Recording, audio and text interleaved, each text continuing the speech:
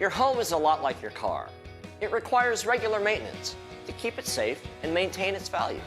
The professional technicians from Home Smiles complete all your annual maintenance items in just one day. Save time and keep your family safe with our complete 18-point service starting at just $49 a month.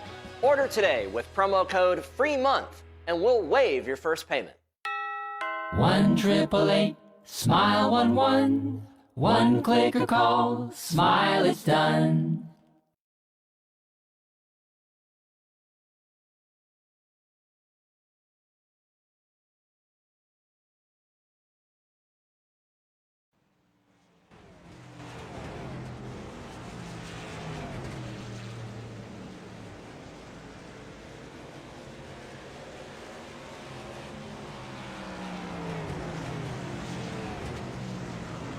Well, ladies and gentlemen, welcome here to the Lucas Oil Raceway, Indianapolis Raceway Park, whatever you want to call it.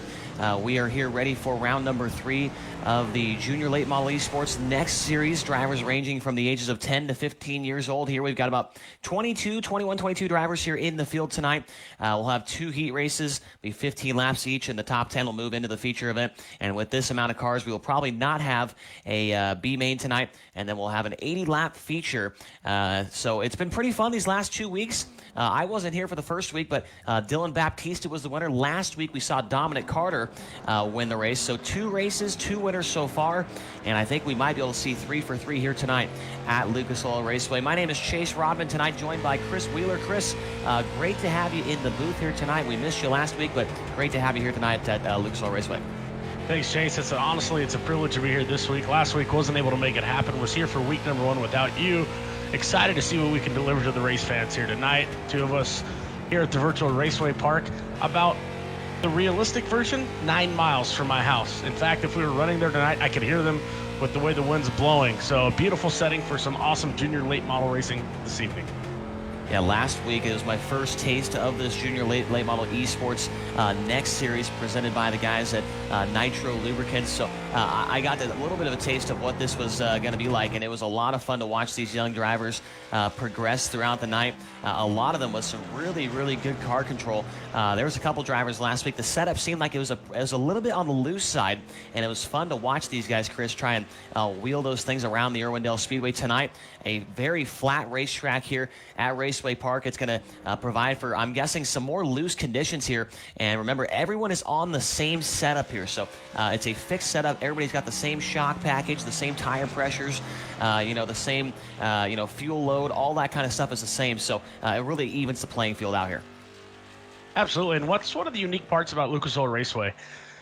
There's not a lot of banking in the corner. The grip levels change all over the place. There'll be, middle to start. There'll be top about halfway point. The top will then burn back off, and you'll see guys be able to run that middle, really work on that low exit shot out of turn number 2. And with everybody in the same car, it's going to be about a key factors in tonight's race. Saving your tires, number 1. Staying out of trouble, number 2. And making sure that you're smart on the restarts. Because as we've seen in previous junior late model esports events, you got a couple drivers that'll like to go top shelf to the bottom, not realizing that somebody's right there on that inside corner, and then we go back yellow. Yeah, we saw that last week. Staying out of trouble is definitely a key factor. And how about this in qualifying? We have a tie at the top of the speed charts between Dylan Baptista and Jaden Reyna. Both those drivers in the top 3 last week at Irwindale Speedway. And right now, Chris, 23.319. They both run the exact same lap. Reyna coming around for lap 2. He smacks the fence on the front stretch. So the quickest lap will go to Dylan Baptista because he had the second quickest lap there. But wow, this thing is already getting to be pretty competitive here. Teddy Custody in third with Caleb Johnson and Trenton Yurdo rounding out the top 5 here midway through qualifying. But Baptista and Reyna, they were the class of the field along with Dominic Carter last week and tonight. A little bit of the same here, Chris. It's a really tight field, as you can see by looking at the board. The fact is that 1.2 seconds may separate the field, but a hard majority is separated by 3 or 4 tenths of a second. And you know the game, Chase. When you're out here qualifying, you only get 2 laps. Some of these kids, maybe they worked on qual setup. Maybe some of them worked on long race setup. So 80 laps tonight, we're going to get to see who really is prepared to go the distance here on one of the coolest short tracks in the Midwest, Lucas Oil Raceway Park in Indianapolis. Yeah, this place always puts on a show, whether it's, late models or, back when the Nationwide Series went here or the USAC Silver Crown cars.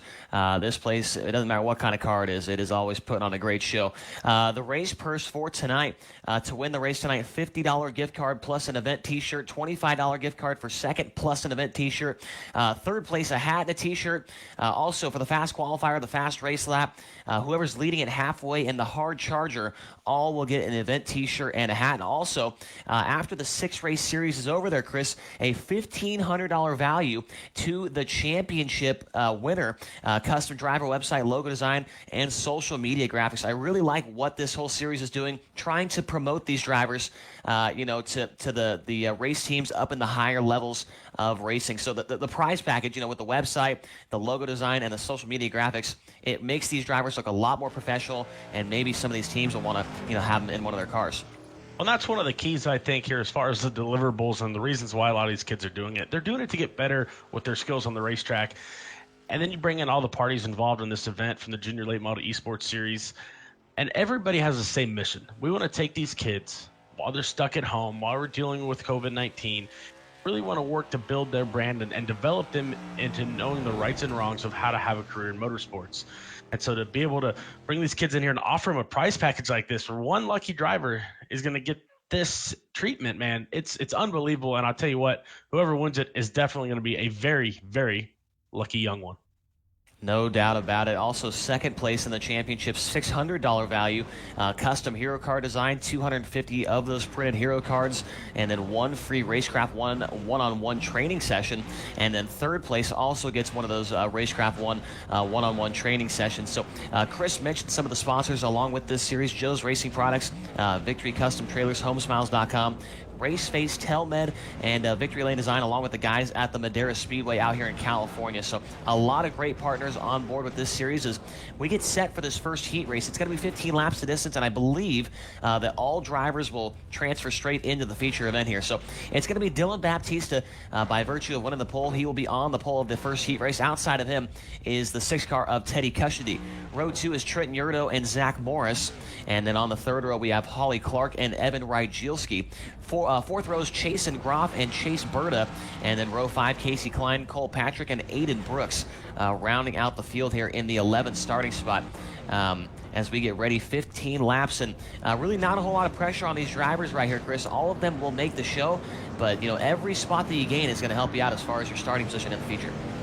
That's just it. Obviously, you have to be conscious about who you're around when on the start of these races, and the result of this race, even though maybe there is no LCQ here today, even though it's popped up on my screen here, the fact is you still don't want to be buried. You don't want to have to fight. It's so much more relaxing, and you can be so much more methodical in these events if you can just get out in front, run with a good pack, save your equipment, and fight it out at the end. No doubt about it. We saw it last week at Irwindale. Being up front was definitely a key factor, as there was quite a few incidents in the mid-pack. But, when you're racing with, 10 to 15-year-old drivers that are trying to get their feet wet here in the iRacing sim and in real life, there's got to be a couple accidents, and it's all fun and games here on this sim. So we'll see what happens here in this first heat race. But Baptista, I think, has got to be the favorite. A first place at the first race at Irwindale and a second place last week. He is the point leader, and the guy that won last week, not sure what's going on there with Dominic Carter, but not able to make it here this evening. Obviously, during Memorial Day weekend, he might be out on vacation or something. But Dylan Baptista looking to run away and hide with this championship as the pace car pulls off here. Lucas Oil Raceway Park, we're ready for 15 laps in this first heat race, and you can just tell how how shallow the banking is here at this place. These drivers are really going to have their hands full as far as throttle control and the inputs with the brake and things like that as we go green for the first time here tonight. A good start on the outside for Teddy Custody, and I think he's got the preferred groove here, Chris, as they work through turns 1 and 2. You'll see a lot of drivers here working all the way down on the apron, middle, and also top shelf around the wall. But I think once the speed and the momentum builds up, you're definitely going to be center, middle up, center off, I should say. That's going to be the key. You see a lot of drivers think they're going to be able to carry speed around the top side, drop down, and get a really low exit shot. I just don't see how that keeps the tires underneath you for the feature.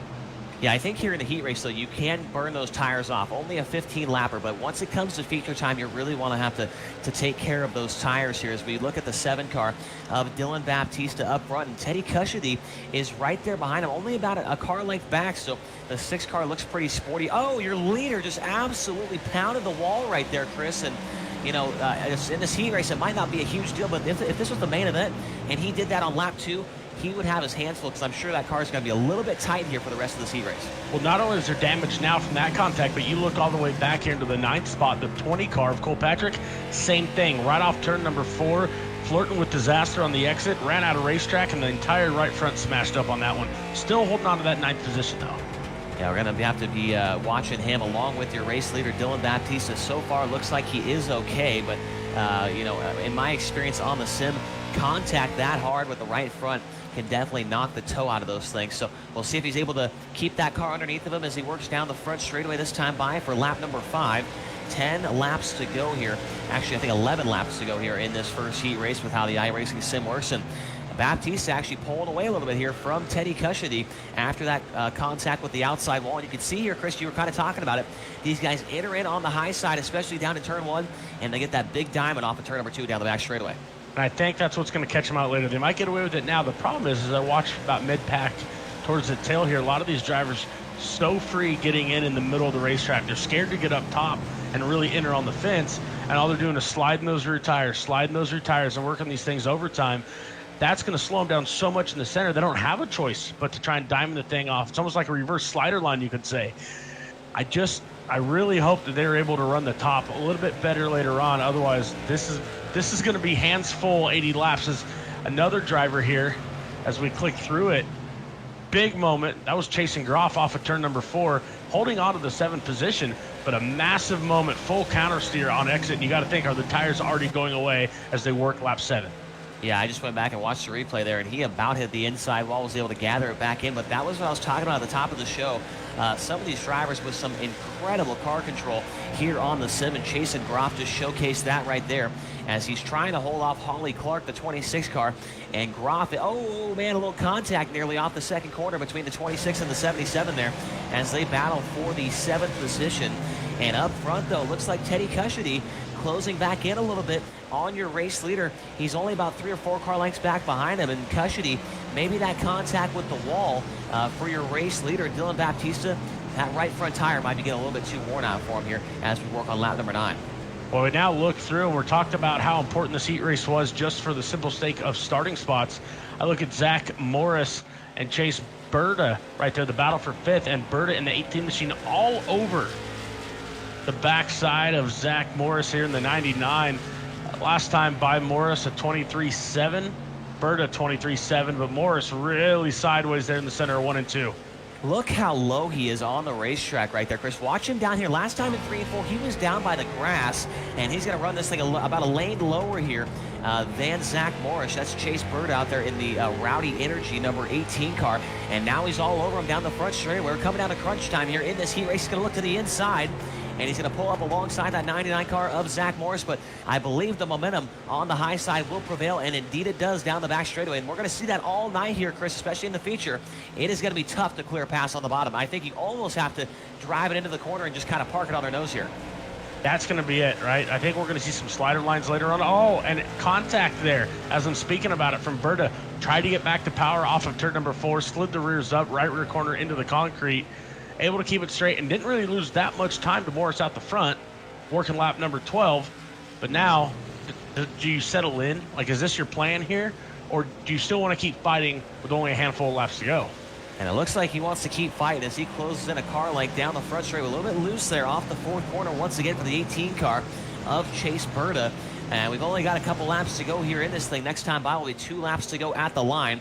And Berta way down on the apron, trying to use that flatter ground to get that car to rotate a little bit better for him here as they work into 3 and 4. Good battle between those two, and just up ahead of them, a good battle between Trenton Yurdo and the 27 of Evan Rygielski as they run for about the 3rd and 4th spot here. Next time by, the white flag is in the air, and Chase Berta not leaving the rear bumper of Zach Morris down the backstretch here. Tight racing all around here as they come around to pick up the white flag, this time off turn number 4. obviously the battle for third, fourth, and then the fifth, or sorry, the third, fourth, and then the fifth, sixth options. You could almost cover them with the blanket here. My only question is somebody going to make a big move late, or are we just going to try and get through this thing clean? Well, we're about to find out here as Berta turns it down to the inside off turn 2, pulls up once again alongside the 99 of Zach Morris, and we might see the move we were talking about there. He's going to drive it into the corner. Nope, he's going to try and roll the ball. Look how sideways he gets right there. A ton of counter steer on that 18 car. He's still counter steering, still counter. What a save.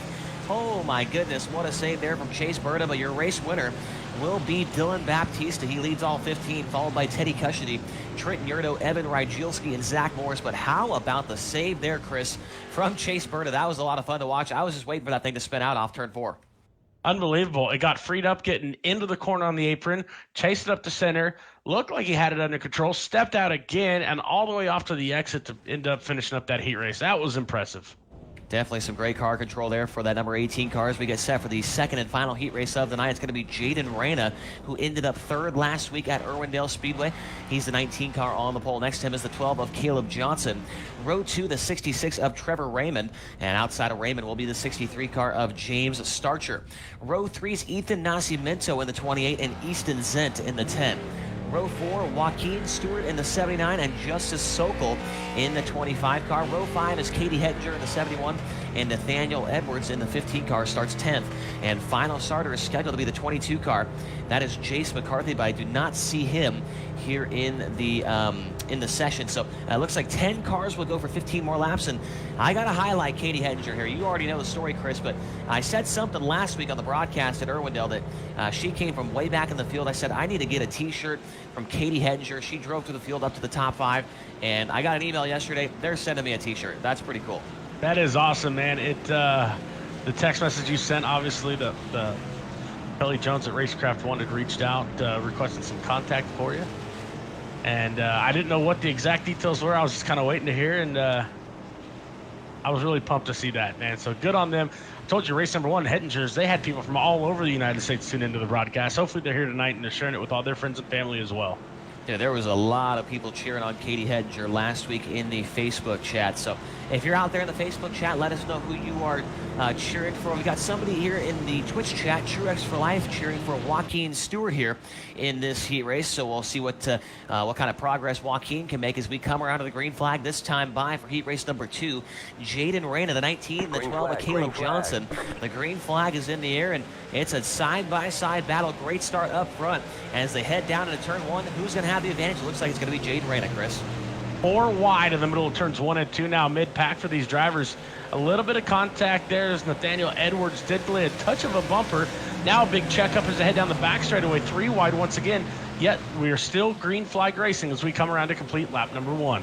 And this has been incredibly clean racing so far. We have seen a couple guys obviously get into the wall, a little contact with a couple other drivers, but I don't think we've seen anybody spin out totally yet or cause any big accidents. We'll see if that keeps on going here for this second heat race. How about the battle for the 6th position between Ethan Nascimento and the 25 of Justice Sokol. Sokol was one of the top drivers last week at Irwindale before getting into a late race accident. He looks to the inside off turn 4, and he takes the 6th spot away from Ethan Nascimento right there.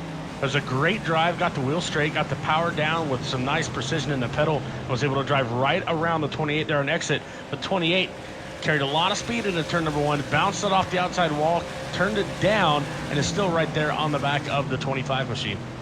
Sure is, and now the 25 car is going to go to work, it looks like, on the 63 machine, and James Starcher, that's the next one in his crosshairs. Oh, wow. Sokol, a little bit squirrely-whirly right there down the front straightaway, hangs on to it. Now he's sideways again. Oh, my goodness. So the 25 of Justice Sokol, and now he's getting a bump from behind. That was a pretty wild series of events there for Justice Sokol, as now he's being challenged by Ethan Nascimento on the bottom. And here comes Katie Hettinger. She looks to the outside of Nascimento. She's going for the 7th spot as they almost make contact off turn 4. Give that spot to Hettinger at the line. Hettinger did a great job of just rolling the speed around the top. We talked about that earlier. I think that's going to be the line come race time here for the feature. Rolling the speed around the top, not a lot of pressure. Didn't make anything crazy, didn't slide the tires, stuck to her guns, got back to power, got the position. Still battling here, but fighting really, really good. As you can see, the 5th place driver starting to fall back into the front of the 25 machine of Justice Sokol.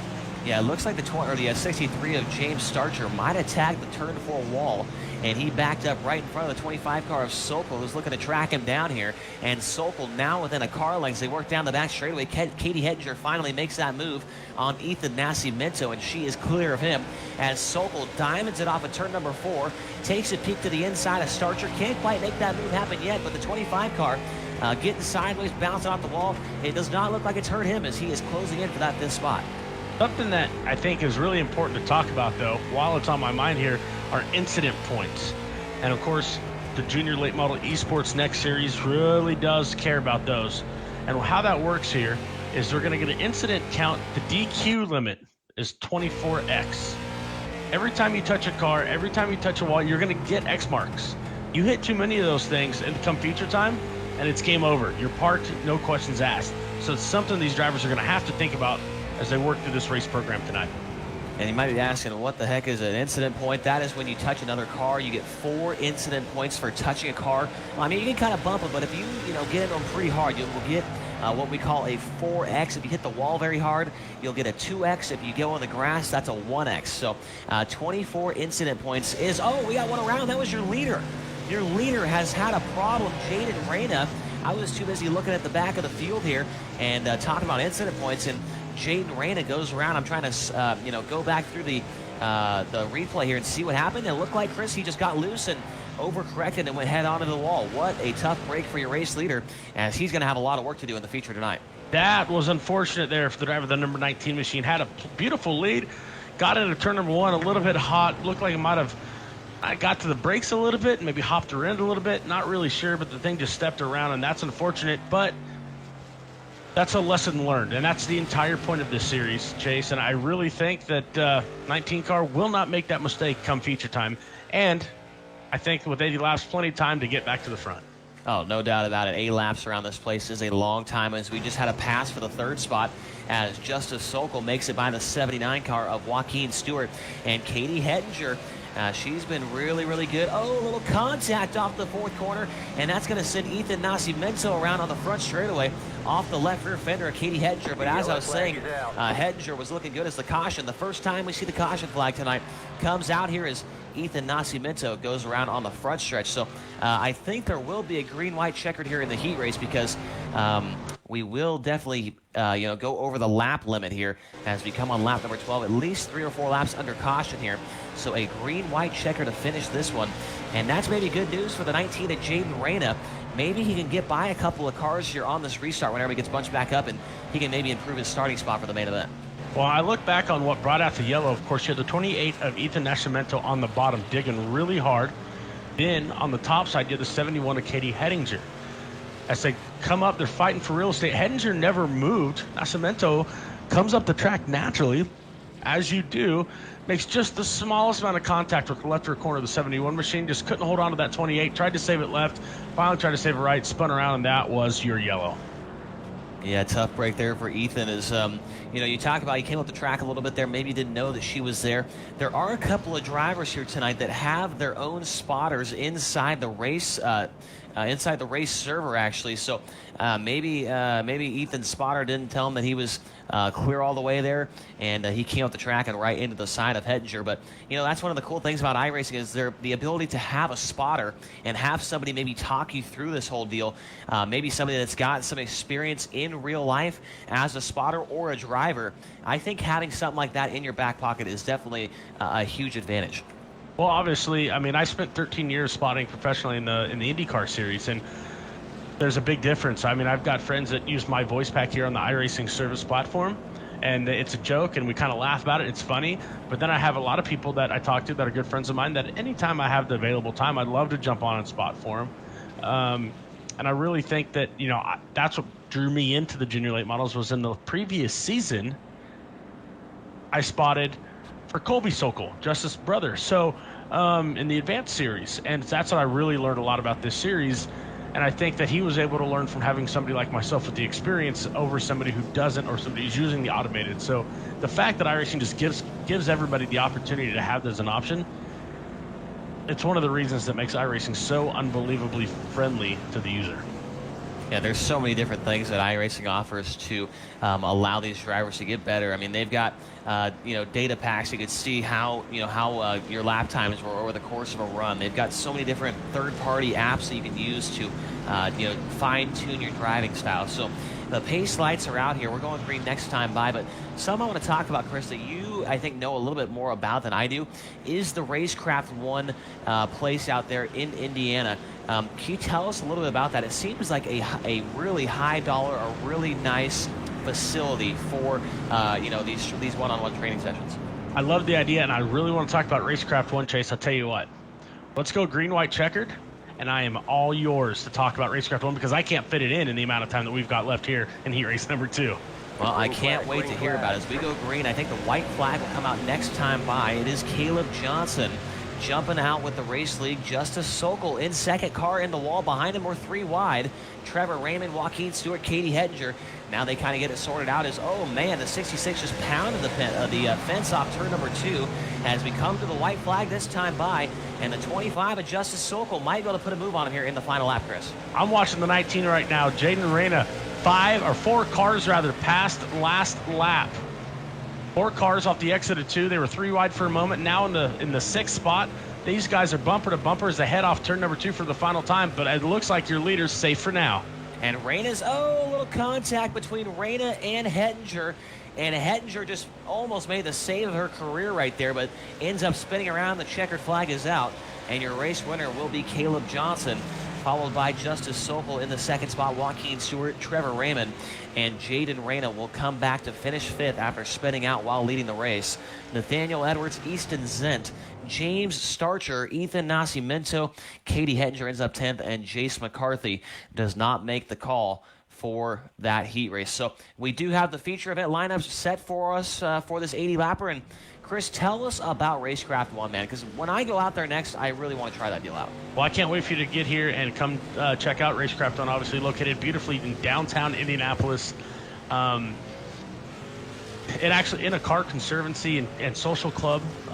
It's a really cool location, lots of great history in cars there, a lot of great people, but when you really focus in on Racecraft 1, the first thing that comes to mind, obviously, Kelly Jones. Now, Kelly and his staff are officiating and running the Junior Late Model Series here. Kelly as the main race director. But I've spent a lot of hours with Kelly over the years here in Indianapolis. You know, at any given time, up to 12 full machines ready to rock and roll. Great host for private events, private coaching. You've seen some drivers from the Road to IndyCar Series. Really take advantage of Kelly being located here in Indianapolis and really utilize his space and his knowledge. The programs, they're great for everybody from a kid all the way up to maybe a gentleman driver who's just starting to maybe get back into some sports car stuff, some SCCA stuff, wants to check it out. What better way to really get moving than to come train professionally on a simulator where it's so much more cost effective? No doubt about it. You said there's 12 at a time, and I saw a picture of one that had like 4 screens on. Is that every one of them, or is there like a couple that have 4 screens? They vary. I think last time I was down there right before we went on the lockdown, there was 3 or 4, with 4 monitors. There's 2 with some motion. They carry a full line of Ricmotech equipment. It truly is an unbelievable place to spend your time. I can tell you that. We really enjoy spending our time there. I know I do. A lot of my friends do. In fact, if you remember, because you called the race, Kevin Swindell and the Logan CV, the Swindell Speed Lab team, were able to put together a pro-am race, you could call it, right when coronavirus hit, when we were all back in Indy with nothing to do. We had the likes of, Tyler Courtney, Tanner Thorson, Shane Stewart, massive names from the dirt world. We had Dale Jr. logged in. We had Tim Duggar, Christopher Bell. I think Ty Majeski came and raced with us, Chase Briscoe. So we had a great time, and what the cool part was that Kelly, we weren't shut down yet in Indianapolis, so there's a lot of these drivers based here that don't have their own simulator, or didn't then, they do now. Kelly opened his doors to us. We came in, and we took the precautions we thought we needed because we didn't really know what was going on with this whole coronavirus thing. And he housed us all and allowed us to be there, and we had a great time. I really can't wait to go back and do it again as soon as we're allowed to. Yeah, it sounds like an awesome deal. Well, let's take a short break here right before the feature goes off. We got a couple more minutes before that happens. We're going to take a quick commercial break here and come right back with the starting lineup for tonight's 80-lapper for the Junior Late Model Next Series presented by Nitro Lubricants.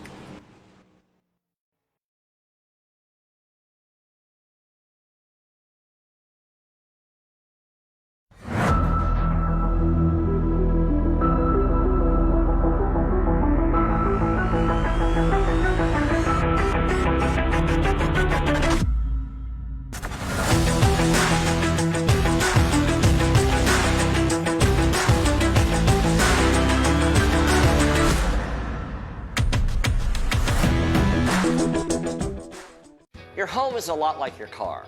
It requires regular maintenance to keep it safe and maintain its value. The professional technicians from Home Smiles complete all your annual maintenance items in just one day. Save time and keep your family safe with our complete 18-point service starting at just $49 a month. Order today with promo code FREEMONTH and we'll waive your first payment. 1-888-SMILE-11. One click or call, smile, it's done.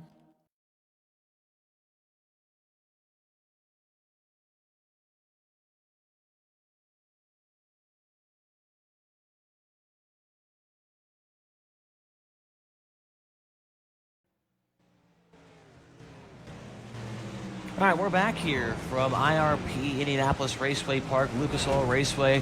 There's way too many names for this place, but a lot of us call it Raceway Park here in Indianapolis. So, Chris, we're ready for this 80-lap race. We've got about 20 or so seconds left before we hit the grid for the official starting lineup. What are you expecting out of these guys tonight? So far, it's been a pretty clean event. I think it's been really clean. I think a lot of drivers, they don't want to disappoint the race directors. They don't want to disappoint their coaches. So they get out there a little nervous. Everybody's kind of on edge. We saw that more in the first heat race. Second heat race, guys started to get a little bit more comfortable, maybe a little bit more rubbing and pushing. I think they'll kind of have a little bit of a reality check here because they know that they're on the clock now with their incident points, only 24. And I can tell you what, I'm pretty sure I can rack up 24 in about 30 seconds around this place.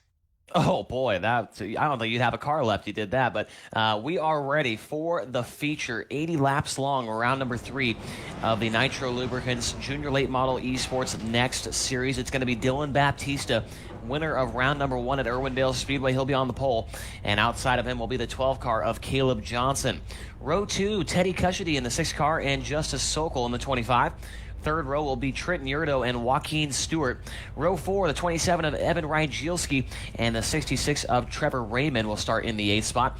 Row number 5 will be Zach Morris at the 99, and Jaden Rain will be the guy to watch for, rolling off from 10th in the 19 car. Row 6, Chase Berta in 18 and Nathaniel Edwards in the 15. And then behind those guys in the 7th row, the 77 of Chasen Groff and the 10 of Easton Zent. Row number 8, Holly Clark and James Starcher. Row 9, Casey Klein and Ethan Nascimento. Row 10 will be Cole Patrick, Katie Hedger, and final starter Aiden Brooks in the 23 car.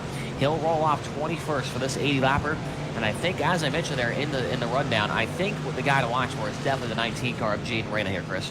Well, I think the 19 of Reyna will definitely get to the front, but I'm looking even further back for some excitement. How about the 28 of Nascimento and the 71 of Hettinger?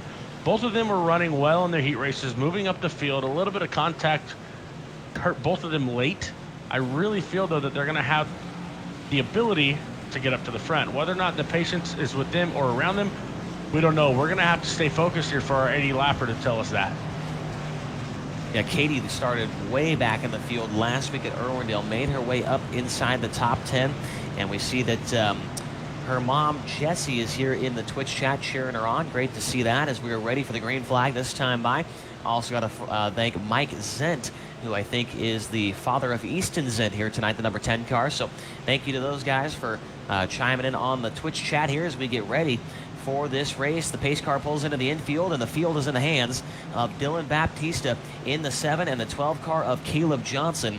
80 times around the Lucas Oil Raceway Park here for round number 3 of the Nitro Lubricants Junior Late Model Esports Next Series off turn number 4. The green flag's in the air. Oh, and the 7 of Baptista kind of misses a shift right there, Chris, and kind of bottles up the field a little bit there. Nothing like a Hans check to get you started here for 80 laps around Raceway Park. But the driver is able to be reactive there. They're able to use their heads, look further than just the nose of the race car, and we're still clean and green. Oh, no contact on the back straightaway. Off of lap number 1 here, 2 cars. One's going to be the 63. And as I look back even further, and the 20 machine, and that was the contact. I was just about to give these guys credit for getting through here clean and green. And just like that, as they exited turn number 2, the 20 got a little free. The 63 off the fence came down, collected the 20. 20 had nowhere to go. 63 up across the track. I don't know how the 63 car missed, making massive contact there. Yeah, the 63 James Starcher and the 20 of Cole Patrick, the 2 cars involved in that one. And I believe you might have more info than I do here, but I think there is at least one fast repair, if I'm not mistaken, right? One fast repair, but you got to be careful. If you take new tires at any time, believe you get a disqualification. And so that's where it gets really tricky, right? And it's obviously where it helps to have a spotter and crew chief to be able to run those black box commands for you. But I'm looking here, and there's actually contact on the right front of the 15 machine also, and as I reviewed it, there was contact between the 77 of Chase and Groff, who came up just a little bit on the exit of turn number 2 there, into the 15. 15 ended up in the fence a little bit with some right front damage, so that's never a good sign to start this one off. Actually, the 15 made additional contact once the yellow came out, so hopefully not too much damage, and these drivers can get going here and not have to worry about using those quick repairs already. Yeah, you mentioned using the quick repairs already. That was one of the things that we kind of noticed with most of the NASCAR deals that they had, the Pro Invitationals, was guys were, at the very beginning, there were guys, oh, I'll just use my quick repair, whatever, but then they got another wreck later. It's really crucial to use the quick repair at the right time. You don't want to use it on lap 3 if you got like a little bit of right front damage. You know, you want to use that thing a little bit later on in the race. Maybe you got into a worse accident, or maybe you get halfway through and you're up at the front or something, and then you want to use it because you know you're not going to get wrecked. There's a lot of strategy involved with this whole quick repair deal. There really is, and I'm studying the 15 machine on Nathaniel Edwards right now. It looks like we've got damage on the right front corner. Looks like we've got some damage on the left front corner. Really just studying these body lines here. A little bit of damage on your leader too, the right rear. Yeah, it looks like that's really it for the 15 car. You said the leader's got damage. Well, I better go take a look at the number 7 of Dylan Baptista then. Yeah, a little bit of right rear damage on the 7. I'm sure that's not going to affect him too much, but here in iRacing, there is, aerodynamic, I don't know how to explain it, aerodynamic physics, I guess, or something, but, if you have damage to the front end, or the rear end even, it will slow your car down as far as the aerodynamics go. And, another car with a lot of damage back there, the number 10 car of Easton Zent, it looks like he got hit in the rear bumper pretty hard and kind of crunched that deal up a little bit. But I would rather have rear damage than front end damage in a place like this. You want to make sure your car's turning good. You don't really care too much about the rear end. Yeah, absolutely. I think the leader might have got that damage on the initial start, most likely, when with the checkup that happened. Yeah, as we mentioned there, Dylan Baptista, he definitely missed a start, and that's something easy to do if you got a one of those 6-speed shifters that a lot of these steering wheels come with now. To avoid that, I just run with the old paddle shifters, man. Cannot go wrong with the old paddles, as you won't be missing a shift with those things. But the 6-speed shifter, you can get yourself in trouble with one of those. As we come back to green this time by, pace lights are out. You see Baptista kind of warming up the front tires a little bit here under caution. Caleb Johnson still second, Teddy Custody in third, Justice Sokol, Trenton Yurdo, the top 5 drivers. As we come back to green this time by, we got 6 in, still 74 laps remaining. That's a long ways, and a lot can happen here as we come off of turn number 4, and we're looking for the green flag. A much better start this time as Baptista gets through the gears pretty good. What I'm watching here is the fact that Aiden Brooks was in pit lane as the cars drive around. Was curious if the driver was going to be able to blend up or not into traffic. Oh, we got a lap down. Oh, and a big one off turn number 2. That, no doubt about it, that is the big one right there. And wow, I can't even count how many cars are involved in this one. We're going to have to spool up the replay here and see what exactly. It looks like it starts up there at the very front with the 12. Caleb Johnson, he came down the track, and you talked about this at the beginning of the show, Chris. These guys run the top, and they diamond it off the corner, and there's a car underneath of them, and that's exactly what happened right there with Caleb Johnson and Teddy Custody, and they spin out in front of the whole field. That said, I'm watching the replay, looking backwards on the 12 of Caleb Johnson. Johnson going to drop down, maybe trying to get a run underneath your leader in the 7 machine. Then there's contact. That contact puts him underneath and right back up in front of the field, and that's the worst place you want to be as a driver here. That's unfortunate because a lot of wrecked race cars right now. Oh, man, that was at least a 10-car pilot, but I have to give a hat tip here to the 6 car of Teddy Custody for that save he made right there. He flew through the grass. He comes to a dead stop and watches the whole field wreck, and as soon as they're all done wrecking, he puts it in first gear and takes off, and, pretty much minimal damage for him. Like, a very smart move by that driver. That was very impressive, and heads up to be able to make that decision like that on the fly. Absolutely. If that was me, I probably would have went wide open right through the wreck, because that's just what I do. Full send at all times here on the iRacing sim. And, well, with that, that's going to really, really shake up the top half of the top 5, top 10 there. and moved Trenton Yurdo. He misses that crash. He goes up to second place now. Zach Morris is in third, Trevor Raymond fourth, and Chase Berta 11th up to fifth right now. And Katie Hettinger, we talked about her at the top of the beginning of this race, 20th to 10th already in less than 10 laps. Pretty impressive out of that 71 car. The downside of this, I think Katie might have some damage. I just watched her replay, but really impressive. The 99 is Zach Morris. Right through the middle, never lifted, picked a spot, locked his hands, took off, clean and green right now with a perfect race car, sitting in third. Never lifted, locked his hands, and maybe even closed his eyes to try and miss that yard sale that was on the back straightaway. There are a lot of cars involved in that one. As we are ready, nope, we get the lights still on here. I think they might go out this time by, but a lot of cars on pit road, including two of the favorites here, I would have to think, with Justice Sokol and Caleb Johnson. They are in the pits, and I do not see them getting a quick repair right now, Chris, and that makes me worried. Looks like Johnson just got his quick repair, but Sokol, who was very good in the heat race, he just went a lap down on pit road. That's unfortunate. Excuse me. My goodness. I watched it happen on the last caution, and that's such a heads-up thing. You got to be able to make these decisions. Another thing is how many of these drivers right now are considering not using that quick repair until later on, even with damage. Trying to hold off, thinking we're only working lap 11 here. There's still, 70-ish laps to go. And in the back of their head, they're being told, calm down, drive what you got, save it for later. Yeah, and Justice Sokol, I think, might have just had some kind of technical problem there on the back straightaway. He got the quick repair after he went a lap down, came back onto the track, and the car, the wheels right now are cranked dead left, and now he gets it back. And I'm guessing maybe, which was one of the things that can happen here on iRacing, Chris, you don't have engine failures, you don't have parts breaking, you have technical problems with your computer or your steering wheel. I think his wheel may have just come unplugged because his car went dead left and hit the inside wall. One of the worst things I've seen happen is when the steering wheel just disconnects. Definitely a terrible thing to happen here as the pace car pulls off, and we are ready. Let's see if we can get a couple laps in the books here. We're working lap 12 out of 80, and it's going to be Dylan Baptista once again leading the field back to green. Trenton Yurdo to the outside, Zach Morris, and then Trevor Raymond in row number 2. As the green lights are back on, we're back underway, and these guys already trying to go 3 wide down the front straightaway. Lots of guys trying the bottom, going to the top, 3 wide in the center of the corner for about the 5th position. Actually, that's for 6th. Between Raymond, also in there is Nasi Minto and Nathaniel Edwards, but Nasi Minto 18th up to 8th. You talked about him before this race started as one of the favorites, and he's making his way to the front after missing that big wreck. More issues, though, for Joaquin Stewart as the 79 was down in the grass in turn 3 and 4. Keeps it rolling. Now getting passed again, but back to the 16th spot. But we're still green. We are still green, and up front, Baptista out to about a 5-car length lead over the second place car of Trenton Yurdo. My goodness, this battle back here for about 12th and 13th. Oh, we got a big one again in turn number 4, and that's going to stack up a couple of them there. And the yellow's back out. We're still wrecking down the front straightaway. 4 more cars get tangled up, and a couple of those drivers are guys that I know have already used the quick repair, so we may lose a couple of competitors out of that wreck right there.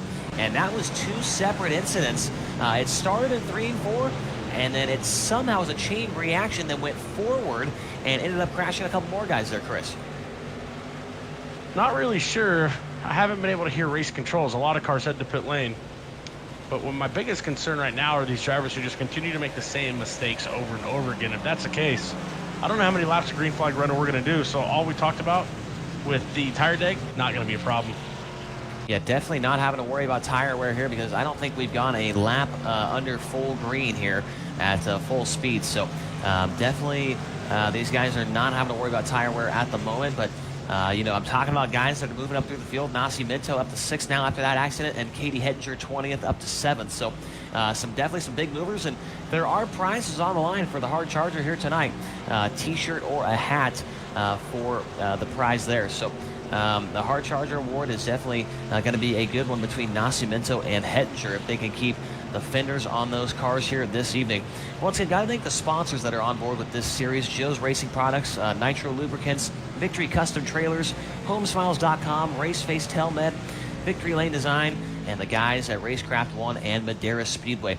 A lot of great sponsors on board with this series here Some guys that, like Joe's Racing Products is definitely a huge racing sponsor, and it's great to see them involved with this series here. Oh, we got some Facebook commenters finally. Molly Hines is cheering on the Colorado drivers, and Amber Robertson cheering on Caleb Johnson, who unfortunately got into an early race incident, but I believe Johnson is back out on the speedway, if I'm not mistaken. Yep, he's back up to, he's actually 2 laps down, so Caleb Johnson will have to try and get those laps back. I think they are giving wave arounds here if you are the lucky dog, so still a lot of laps to go, and Caleb Johnson still is well in this thing. He's got a fast race car. He started outside the front row, so don't count him out. Even though he's 2 laps down, he can definitely get those laps back here, as we are still working under caution right now, Chris. And this is kind of what we saw last week at Irwindale. It kind of was kind of a lot of cautions at the beginning, but towards the end of the race, these guys started figuring it out, and we had a long green flag run.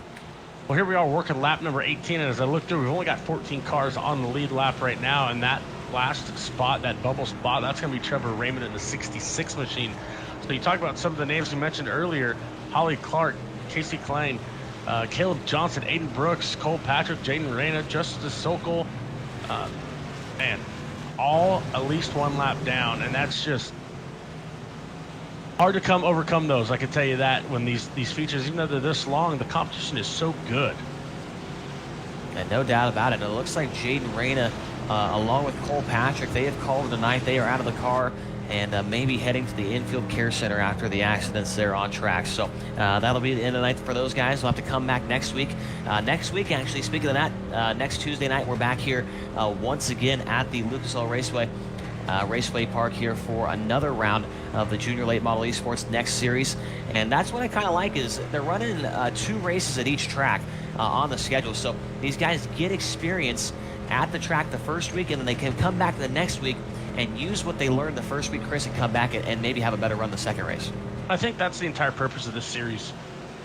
Get the kids at track time, get them to understand a structured format with a structured coaching plan and a regimen that's going to hopefully train them on their weaknesses, not just on their current strengths. And I really have seen so much progress from a lot of these drivers as the weeks go on.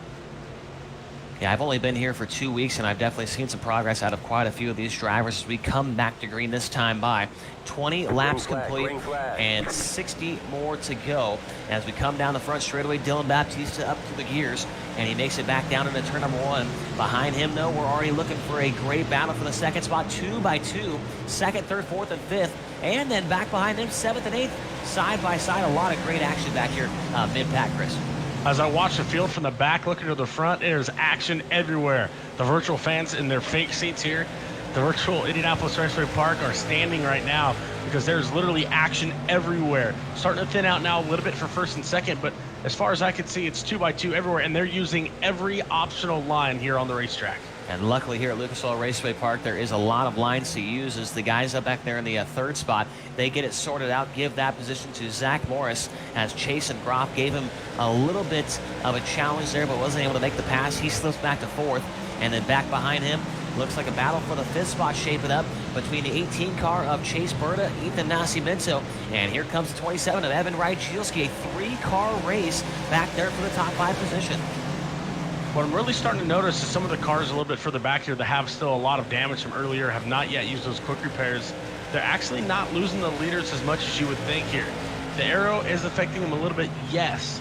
But these guys, this track, it's so small that they really have the ability to kind of keep focused and keep those tires underneath them, and they're able to kind of not exactly lose track of the leader just yet.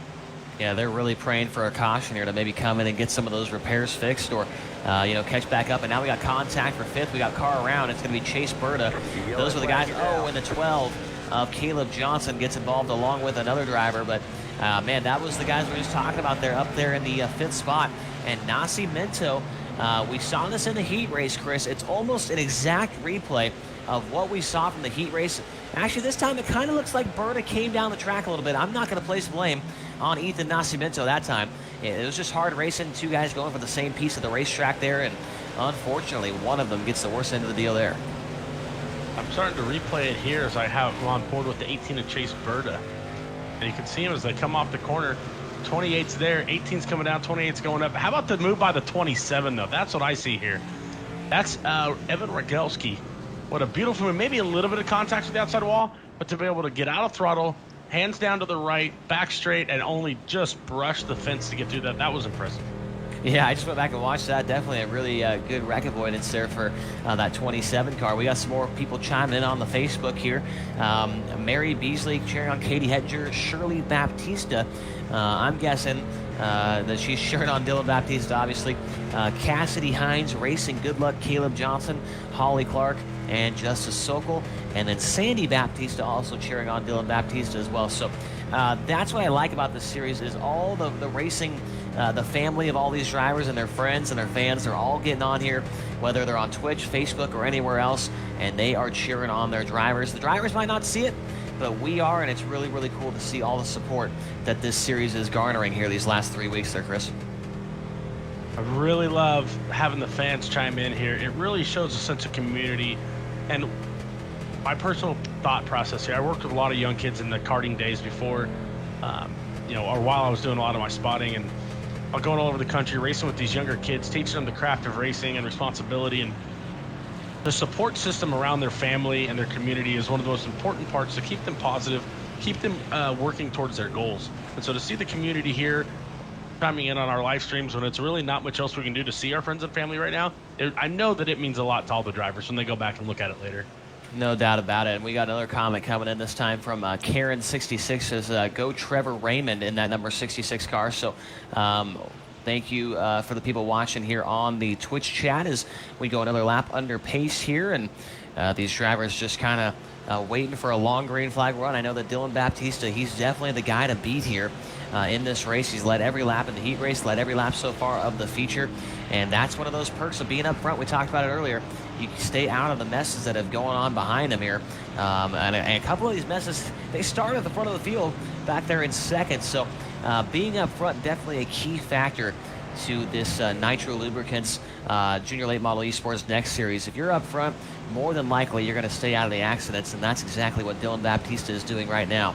As we take a look back here at the top five, it's still Trent Yurdo and Zach Morris in second and third. Chasen Groff and Evan Rajilski is in fifth. Ethan Nascimento still sixth. Katie Hettinger seventh. Joaquin Stewart eighth. Trevor Raymond ninth. And James Starcher 10th with 13 cars left on the lead lap here. I'm watching right now the 18 machine of Chase Berta, and that thing looks rough. Really hoping that he's still got a fast repair set for later on, and he hasn't already used it, because I don't see a straight part on the number 18 machine. No, he might be just point racing at this point if he can even have another fast repair. He is the last car on the lead lap, and the right rear fender is absolutely destroyed, along with the right front fender. So the 18, the old Rowdy Energy sponsored car, he has got his work cut out for him here. We're not even halfway through this thing yet. 30 scored and 50 left on the board here as we're coming back to green this time by. The field gets doubled up and they get on each other's bumpers. We come back to the green flag here. Does anybody have anything for Dylan Baptista? We're going to find out here as we head back to green flag racing. Head back down into turn number one. It's going to be Baptista over Yurdo, and then a great battle for second. Look at Zach Morris to the inside. He's looking for P2 off the second corner here, Chris. This goes back to when Morris got through that first big pileup off turn number 2. Clean and green, never lifted. Has kept his head down, and he's still in the third spot, not able to pull off second yet. But a beautiful race here so far for that driver. And he's got a no marks on that car, man. He's got a clean race car up inside the top 5, and that's definitely going to help his chances of maybe picking up a win tonight with the Junior Late Model Esports Next Series as they all work down the back straightaway. Morris a car length behind Trent Yurdo as they go down the back straightaway. At this point, I hate to say this, but I think it's going to be a race for second, man. Unless Baptista really wears out his tires, he just looks so smooth, so confident, and just in control of that number 7 car as he works to the top of the racetrack here in 1 and 2. The biggest difference from your leader, Baptista, to everybody else, getting into the corners, carrying the speed and not sliding the tires. That's what I'm seeing right now.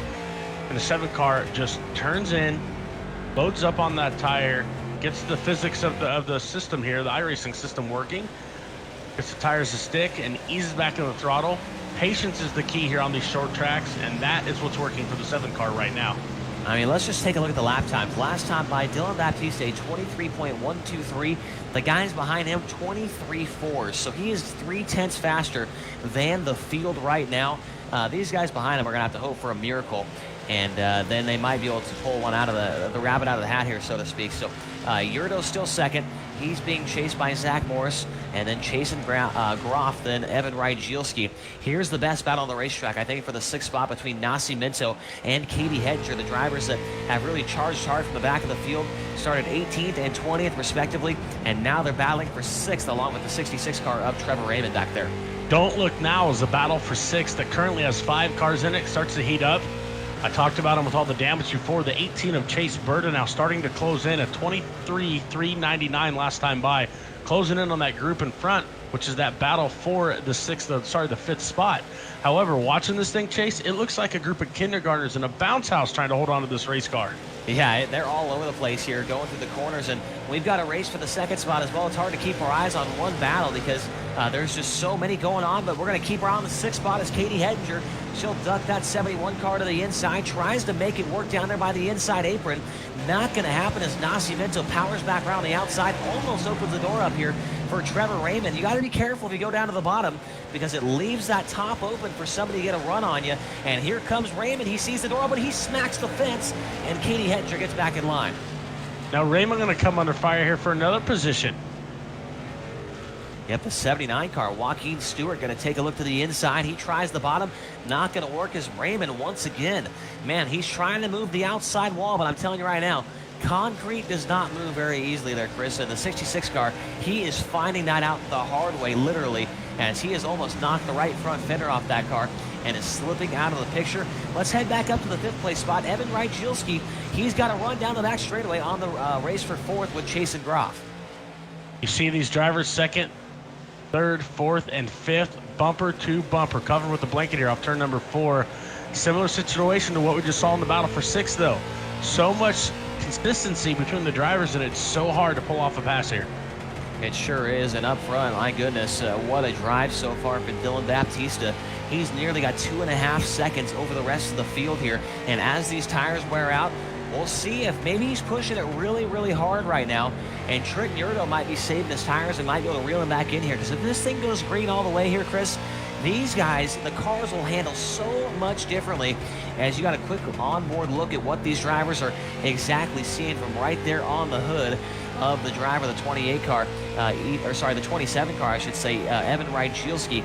A great onboard shot of what these drivers are exactly seeing out there. Very tight confines out on the Lucas Oil Raceway Park. Battle starting to heat up, though, for 6th again, as now you've got that 4th group of drivers starting to kind of slowly pick away at it. And as these drivers get there, they're running a completely different line than those that are in the 6th, 7th, 8th, 9th, even 10th position. The 11th spot, Chase Berta, 18 Machines, got the 26 with him, and they're really starting to close in on this group. As the laps start to wind down, we're now over halfway as we work lap 42.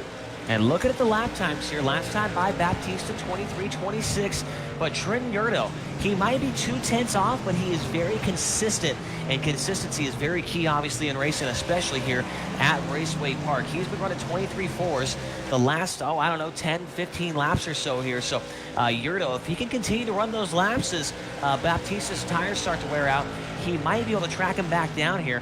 Baptiste now slowly but surely creeping into the 23.3 second racket range here. I'm definitely going to be keeping my eye on these lap times here as we have crossed over halfway. 44 complete and 36 to go here for this 80 lapper tonight at Lucas Oil Raceway. And we had a stopped car. It's Aiden Brooks over here in turn 1 and 2. I'm going to rewind here a little bit. I'm going to go to a replay while you keep a look on the action. We're going to see what actually happened. It looks like this happened well before the leaders got there. Just carried the speed a little bit too hard in, a little bit too low on entry, just spun the car out. Really heads up, though, just to keep it stopped down in the grass, let the field go by, and then move on back out. And unfortunately, Brooks in the 23 car is in the 15th position right now, 3 laps down already. And we just had a big moment off turn number 2 while we were looking at that replay. Katie Hedinger was making a move to the outside of Ethan Nascimento. She made a great corner, got on the right rear of Nascimento. He came up the track. I don't know if his spotter was turned off or what, but he came up and put Katie into the wall. and she lost a spot to Trevor Raymond, but she's able to keep on going, but some pretty significant damage to the right side of that 71 car as we head back up front. And the race for second appears to be a good one. Last time by, Zach Morris was a 10th better than Trent Yurdo for second. And Morris is searching around, trying to find where that car drives best here around Lucas Oil Raceway as they make their way through 3 and 4. Everyone working about a car length and a half off the concrete here. Down the front straightaway, lap number 48 goes in the book. Still a lot of laps to go here. The battle right now for that 6th, 7th, and 8th spot. Trevor Raymond, oh, contact, just as I talked about it. Raymond and Hettinger make contact into turn number 1. Raymond is backwards and up against the fence. I was just going to comment on how Raymond took his best shot at Nascimento there after the contact with Hettinger. That time, Hettinger trying to get around on the outside of Raymond. Raymond in the 66 is going to get turned hard into the wall, driver's right. Yellow flag and lots of damage. And also getting involved in that one was the 18 car of Chase Berta that was trying to miss it. He did a full 4-wheel Ken block drift all the way around 1 and 2, finally hooked that thing back around and almost hit the wall, but he's able to keep it off the fence and keep on going. So Chase Berta, you talked about him there. When we went back green, he was turning some halfway decent lap times for the amount of damage that's on that Rowdy Energy number 18 car, and he's able to keep on going here. But we'll see if he comes into the pits and tries to get some repairs done on that machine, but that's going to bunch the field back up, and luckily for Trent Yurdo, Zach Morris, Chase, and Groff, they're going to have another shot at Dylan Baptista when we go back green. So here's the question. Does Baptista have the tires?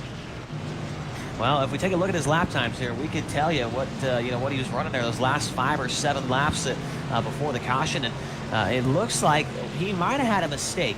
Oh no, actually, that was when the caution came out. He was dropping down into the mid 23.3s, so he's definitely slowing down, but obviously that's just the progression of the tire that's going to be doing that normally, you know. But these guys back here still were running 23.4s like Zach Morris, so we'll have to see if Morris is just hanging on, waiting for the right move. We're going to have a double file restart here. He might make a big move on the restart to try and shuffle up that 7 car of Baptista.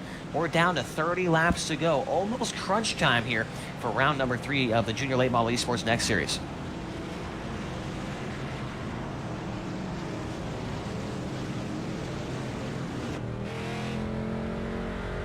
So really just the same top 5 here with Baptista, Yurdo, Morris, Groff, and Rajilski.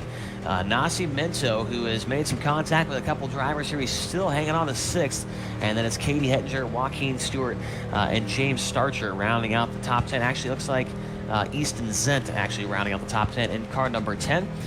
Corey Navarro says, yay Dylan. So another Dylan Baptista fan. Mike Jones says, Evan Rajilski coming for the lead in the 2-7. Janessa Yurdo cheering on Trent Yurdo, along with Sue Hettinger, another Katie Hettinger fan here tonight. And there's no shortage of them. Another one on the Twitch chat. Pat Hall says, go Katie number 71. And True X for life. Good job, Joaquin Stewart, who is up to the 8th position on the lead lap. So a good run for Joaquin so far in this one. So 12 cars, Chase, remain on the lead lap here. Only one of them 1 lap down. That's going to be Holly Clark, all by herself on her own lap. But our guy Chase Berta just continues to hold on to be able to stay on this lead lap with that absolutely destroyed number 18 machine. 11th spot, that's going to be Nathaniel Edwards. The 10th spot, Easton Zent. So a lot of cars of damage just staying on the lead lap here, and the lap's starting to wind down. When do you think one of these drivers might make that trip to pit lane? Do they wait for another caution, trying to use that quick repair if they still have it just a little bit later on? Yeah, I'm thinking that I think Berta might have used it, man. I think he's already used the quick repair and he's stuck with what he's got. He is basically out there, chasing points, trying to get that $1,500 value championship award at the end of the season.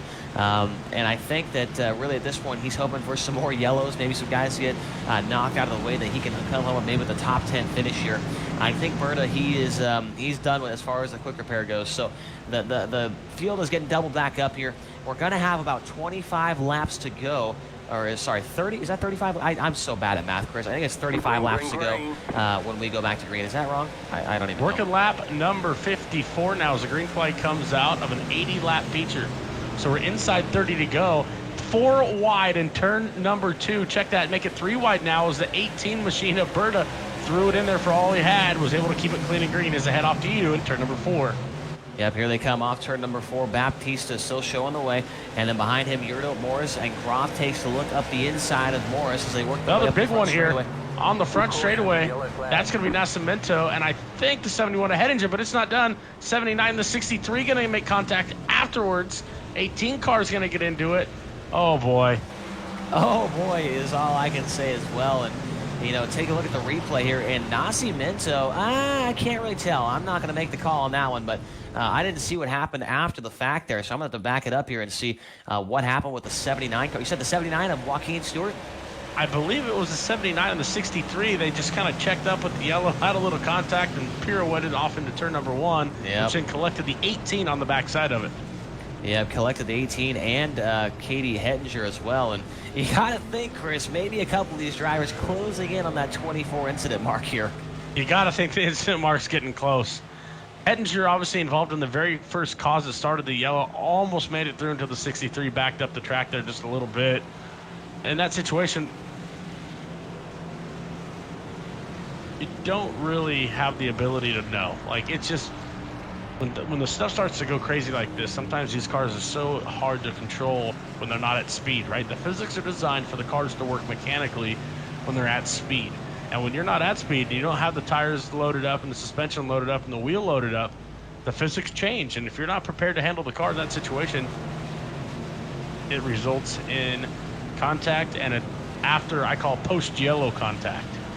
Post-yellow contact. I like it. Yeah, there was definitely some post-yellow contact after that incident there between the 71 car and the 28 machine here, as we are now working lap number 57. It looks like there's definitely a couple cars a lap down here. So lap 57, and we're closing in on 20 laps to go when we go back to green flag racing here. And Baptista, man, he is on a Sunday drive. But, you know, the only thing I can think of is the old Talladega Nights scene with Jean Girard. He's got the macchiato in the book, and he's reading up front. That looks like Baptista tonight.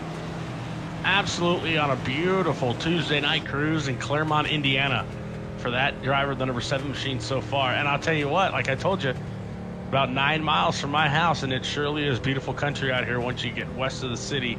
And the weather today, pitch perfect. So I can understand why he's on cruise control. No doubt about it. The 7 of Baptista, man. He's had a heck of a last 3 weeks here. Obviously, the winner of the first race out at Irwindale last week was actually leading the race, and I think there might have been a scoring problem.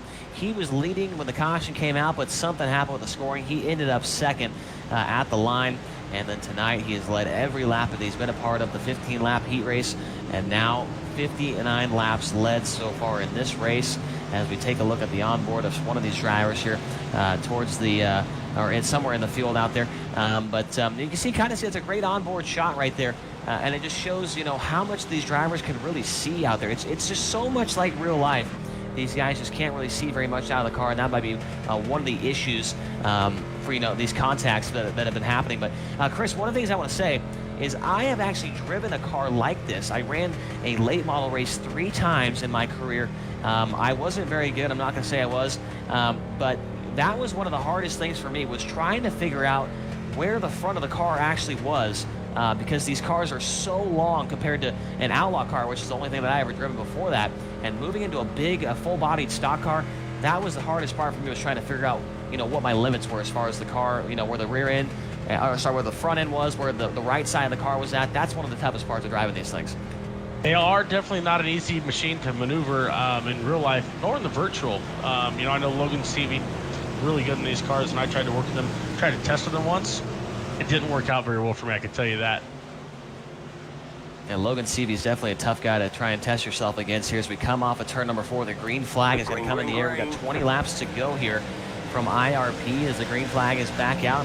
As we head back to turn number 1, the 66 car of Zach Morris right there in the 3rd spot, trying to take a look to the inside of your 2nd place car, Trenton Yurdo. They'll go side by side down the back straightaway. Yurdo with the high side momentum takes a 2nd spot back, and here comes Chasen Groff trying to make a move for that 3rd spot. He's going to have it, looks like, off turn 4. Groff with a beautiful line around the top side, trying to carry that momentum nice and easy back to power. Has to avoid the outside wall off turn number 4, which we've seen tons and tons of drivers be claimed by so far this evening.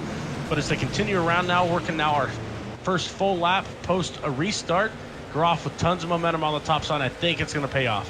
And he's going to bring the 10 car of Easton Zent along with him. So Zach Morris, he is stuck on the bottom of the racetrack right now. And he's getting freight train, as we call it here. He is stuck on the bottom. Everyone going by him on the high side. Zent is going to try and take full advantage. He goes by him and takes over fourth at the line. Morris trying to fight back now, shove that 27 car to the outside. Evan Rygielski trying to move into the top 5 here. And Morris, he is just along for the ride right now, Chris, trying to find an opening. Morris has nowhere to go. The only thing that's going to possibly help Morris here is if he can really throw it in a little bit deeper and back the car up and park it across the front bumper on the car to the outside. Otherwise, I just don't see how he's going to be able to get clear of anybody, except for maybe right here where the car behind tried to go to the bottom. Is there going to be a gap? There it is. So Morris now able to move up, reset, take a deep breath, get the car back underneath him, and make another run back to the front. Meanwhile, your leader is long gone at lap 65. Yeah, we're only, 3 or 4 laps after that caution, and Dylan Baptiste has got a second advantage over Trent Murdo. And this race for third is going to be a good one by the end of this thing. We're down to 15 laps to go in this race here tonight. Chasen Groff has third. Easton Zent has moved up from 14th to 4th. And then behind him is that 27 car of Ethan Rygielski, who looks pretty solid. He gives the wall a little bit of a tap there for good measure off turn number 4. But Rygielski able to keep on digging here as third, fourth, fifth, about nose to tail as they work off turn number 2 and up the backstretch. Another great battle right now. It's actually with for the 8th spot, Joaquin Stewart and Katie Hettinger. Hettinger all over the back of the 79. As I said, a little bit of contact there by Hettinger. The 79 is going to save it, though. Going to lose the spot, and also going to lose track position to the lap car of Holly Clark, currently in the 12th spot. That's going to add a little bit of separation. Now we look to the front, and it's going to be James Starcher, out the back, trying to run those drivers down in the 10th spot. Quite a gap to make up, though. Yeah, and how about Chase Berta, man? I honestly cannot believe that this guy is up to 7th place with half the car miss, and the right rear quarter panel is absolutely smoked. The right front smoked. He's sideways in the middle of the corner, and he is still tracking down these guys up here inside the top 5. And Berta can come home with a top 5 finish tonight. I think that'll be more than a successful night for him after what's all happened here this evening. It's unbelievable. Like I said, driving that car right now, it looks like a group of kindergartners in a bounce house. The thing is so all over the place. Definitely has had to change the driving style of the number 18 machine throughout the race. And I think that's, again, let's go back to the cues. Let's go back to the things that we're trying to talk about all night long. That's educating these young drivers. Chase Berta hasn't had the cleanest of nights, hasn't had probably the night that he thought he was going to have in the 18 machine. However, he's adapted to the changes in the race car, and that's what allowed him to be here in the 7th spot when a lot of drivers aren't even in the race anymore. Yeah, definitely well said there, Chris. He's definitely, salvaging a good night here after all that's happened, as we have a battle now for, it looks like, 4th. It looked like Evan Rygielski was alongside of Easton Zent there for a moment, but was not able to complete the pass. And now Rygielski tries way down on the inside along with Zach Morris, and here comes Chase Berta. The race for 5th's getting good as Morris trying to fight his way back to the front after getting freight trained on that restart. Now Berta, he goes to the outside. Morris leaves the lane open, and Berta's going to try and go around him here. That Rowdy Energy 18 car, it might be beat up and destroyed here, but he's making it work, and he's going to go by for 6th. But let's just look at the comparisons here. Chase Berta, car absolutely destroyed. Surprised there's no meatball on the damage repair. And then you've got the 99 car, Morris, not a scratch on it. And Berta, right around the top. That's how important the racing line is this late in the race. Yeah, definitely the top of the racetrack is the place to be as your race leader. Dylan Baptiste now out to nearly a 3-second advantage over Trent Murdo, but my eyes cannot leave the 18 car of Chase Berta. Oh, car into the wall. Berta got into it along with the 4th place car of Easton Zent. He pancaked the fence off turn 4. Opens the door for Evan Rygielski on the inside. He'll try and get by him, but Zent just too good on the outside there. And the outside proving to be the place to be, especially in 1 and 2. Everyone kind of in the middle down here in 3 and 4. But Rygielski gathers himself back in, trying to make a charge here for 4th. And here comes Berta. He's coming into the frame as well. Lap traffic up ahead here in between your 2nd and 3rd place drivers. So far, the lap traffic's been very nice and considerate to the leaders, but oh my goodness, the 18 car on a mission on the top. Rygielski is going to hand over that line, and that's not a good idea for the 27. There's some contact, more contact as they exit turn number 4 side by side across the stripe. I don't know how the 18 held on to that right there, and I don't think he's done yet. If he can get by the 27 off turn number 2 right here, I think he has some for Easton Zent. He's got the momentum, a little bit more contact off turn 2, keeps it out of the concrete, and makes it down the back straightaway. So Chase Berta is putting on a show for the fans here. He is the one-man show tonight at Lucas Oil Raceway. More contact off the corner. He's into the wall, and we're 3 wide down the front stretch, Chris, for a moment. This contact has allowed the number 99 car, Zach Morris, to not fall back at all. Morris trying to, obviously lost a lot of track position on being on the bottom on the last restart as more contact ensues there. And now comes Morris. It's his turn to get the spots back on the top. I'm not saying I said it, but the 18 machine looks like the Frankenstein mobile just drove this thing up and back into the top 5. And he's not done, man. He has got the speed to finish 4th here with just 4 laps to go. And Berta looks like he's driving a pavement midget out there. That thing is sideways through the corners here at IRP. And Rygielski's coming back up to the rear bumper here as they work into turns 3 and 4. Berta, a car length higher than Easton Zent up in front of him. And he'll close in a couple car lengths down the front straightaway. This is going to be a good battle to follow here these final couple of laps. 3 laps to go for your leader when he gets to the stripe this time, but he's long gone. Not even in the picture on my monitor right now. That's how far out your leader is. But the battle is for the 4th, 5th, and 6th positions. As they work into 3 and 4, 2 laps to go. This time by Chase Berta trying to take home a destroyed race car up into the top 5. Rygielski challenging from behind. And Berta trying to get by the 10 car of Easton Zent. Berta is literally cranked right in the center of the corner down here in 1 and 2. Just trying to get that car around. Oh no! Very hard. Oh, man. Hits the wall very hard. More damage. Loses 2 spots. He keeps on digging. And he is not giving up. But the white flag is out for Dylan Baptista here. Chris, one more time around for that 7 car. Dylan Baptista, the number 7 machine, has been the class of the field since they unloaded their virtual haulers here at Raceway Park at Indianapolis. Has not put a wheel wrong all day long. Beautiful starts and restarts, has really kept calm and deserves this win. Is off turn number 4.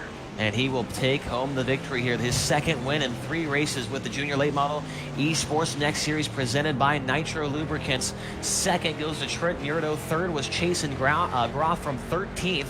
Evan Rygielski 4th. Easton Zent was 5th. Zach Morris 6th. Chase Berta falls back to 7th there. Katie Hettinger 20th to 8th. Joaquin Stewart 9th. James Starcher rounds out the top 10, and he was the final driver on the lead lap. The rest of the finishing results: Nathaniel Edwards, Holly Clark, Aiden Brooks, Ethan Nascimento, Trevor Raymond, Caleb Johnson, Casey Klein, Teddy Cushedy, Cole Patrick, Jaden Reyna, and Justice Sokol, the 21st car on the field tonight. Man, that end long run there, Chris, that is what we knew these drivers were capable of once they kind of, settle the nerves down a little bit and get everything gathered in. That was some great stuff there mid-pack. It was an absolute beautiful race. Obviously, we had a couple too many yellows maybe on the start of it. A lot of damaged race cars. But at the end of the day, you can't take anything away from the drive by the number 7 machine. Dylan Baptista put on an absolute clinic here tonight. Oh, no doubt about it. He has been putting in the time and the effort, practicing, getting ready for this event here tonight. And I think we're going to talk to our top 3 finishers here. Let's see if we can bring Dylan Baptista here into the broadcast booth. And I don't know if he's going to be able to hear us there, Chris. He's doing donuts out there on the front straightaway. But let's try it here. Dylan Baptista, do you got a copy on us, buddy? Copy. Hey, man, you got the win tonight. Kind of had one slip away from you last week there at Irwindale Speedway. Grabbed the win the first race out, and now you've won 2 of these things. A great drive. You win this thing by 5 seconds. I think you led every lap of the feature and the heat race tonight, dude. You've got to be more than happy with the results here this evening. Yeah, it was really great. I was driving like the best I've ever driven in a car. It was really good. How much practice time did you put in getting ready for this race? I mean, it seems like your lap times were just, 2/10 better than the whole field the whole night. I put a lot of work and practice into this track because once I first drove on it, it was going to be confusing if I didn't work. What's the toughest part about this place, man? It seems like there's so many different grooves to run, but once the track starts to wear in, it seems like the top groove is the place to be, but we saw a couple guys have some moments hitting the wall, getting sideways. How was it out there from your point of view? It was all on throttle control. Whenever you got on the gas would depend if you would get a good run, hit the wall, or nearly spin out. Well, Dylan, you grab another victory here, $50 gift card along with a T-shirt, and now I'm sure you're leading the points here for this Junior Late Model Series. And, man, that's a heck of a championship award there at the end of the year with that custom driver website, logo design, and social media graphics, man. Is that what you're really shooting for here? Do you think you got what it takes to win that championship? Yes, I think I have everything you need to win this championship. I've been really consistent, staying out of trouble, and I think it's going to pay off big time. I definitely agree with that, man. Well, is there any sponsors you need to thank for get you a good run here tonight? I gotta thank Matt Scott and Austin Edwards for helping me figure this place out. Gotta thank Linex for everything they've done for me the past few years. I gotta thank every single person who's helped me get from where I started 5 years ago. Well, Dylan Baptista, congratulations on the win in the number 7 car. Second spot tonight is Trenton Yurdo, driver of the number 24 car. And Chris Wheeler, you want to take this one away? Sorry about that. Had a little bit of a mic issue there, but Trenton Yurdo, what a beautiful drive here. Hard-fought battle to come home P2. Thank you. I just got to thank Les Schwab Tires, Bakersfield Paint and Wallpaper, Thurman Veterinary, CC Racing Support System, Sideways Designs, and Jason Sauer. Well, talk to us a little bit about your race here. Obviously, you started in the 5th position, finished up in 2nd, but it was not as straightforward as that come race time. There was a lot of battling going out. Yeah, I got through the wrecks and just tried to stay in front of Chasen and Zach and then tried to catch up to Dylan, but he was too fast. Now, how much training goes in week to week to be a part of this Junior Late Model Next Esports Series? Dylan and I have been practicing probably over 5 hours a day, just racing until about midnight. Well, that's awesome, man. We can't wait to have you back here next week for round number 4. Now, Chase Rodman, I believe you are going to be up with our 3rd place finisher. You came from the 13th spot on the grid. That obviously is Chasen Groff.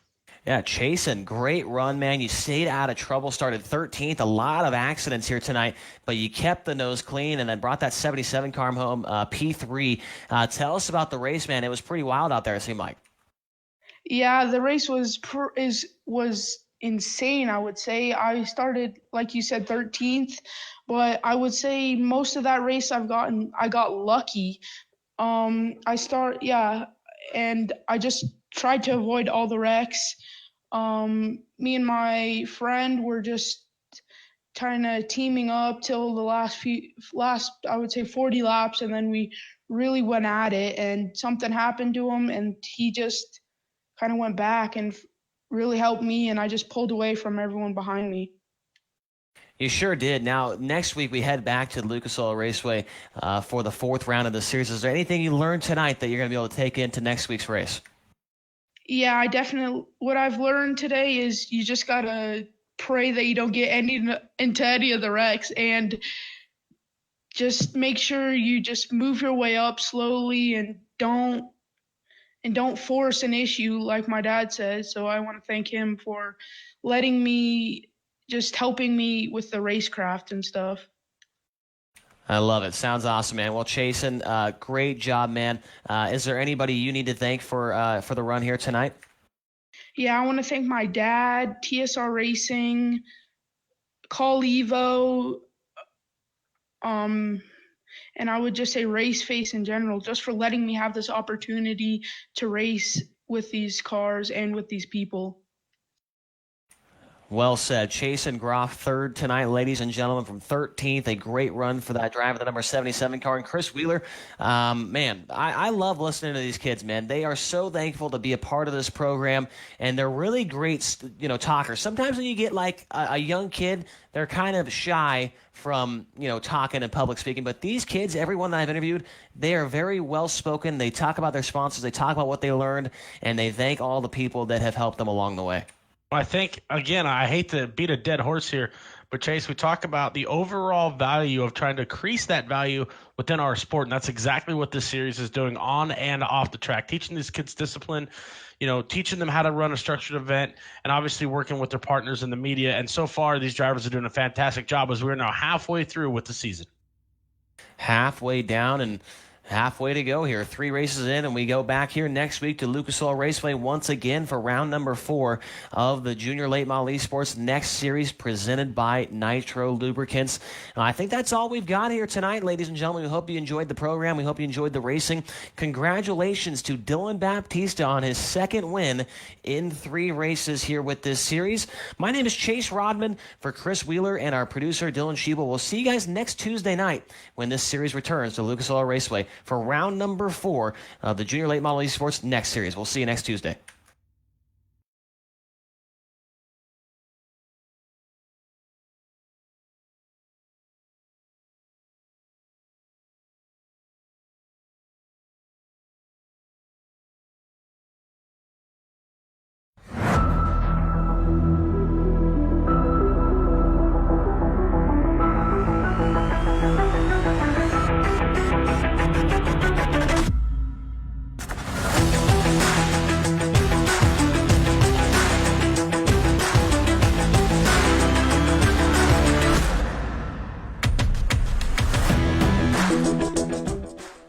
Your home is a lot like your car.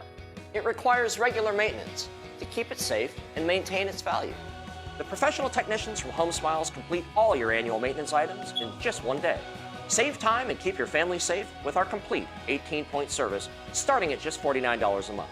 Order today with promo code FREEMONTH and we'll waive your first payment. 1-888-SMILE-11. 1 click or call, smile, it's done.